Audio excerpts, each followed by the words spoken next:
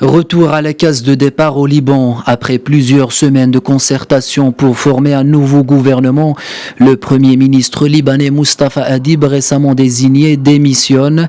Le Liban est désormais sans chef de gouvernement à qui la communauté internationale réclame des réformes urgentes avant de débloquer toute aide financière. Le pays du Cèdre est paralysé par un blocage politique et confronté à une crise économique inédite.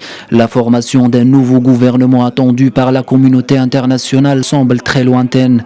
Cette décision marque l'échec de l'initiative lancée par le président français après la tragique explosion du port de Beyrouth. Début septembre, les partis politiques s'étaient engagés auprès du président français à former un cabinet de ministres indépendants dans un délai de 2 semaines, condition pour l'envoi d'aide internationale nécessaire au redressement du pays.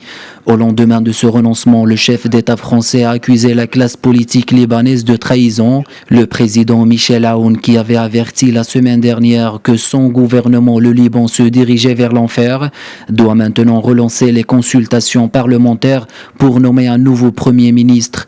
Une mission qui risque de prendre encore du temps, estiment les experts.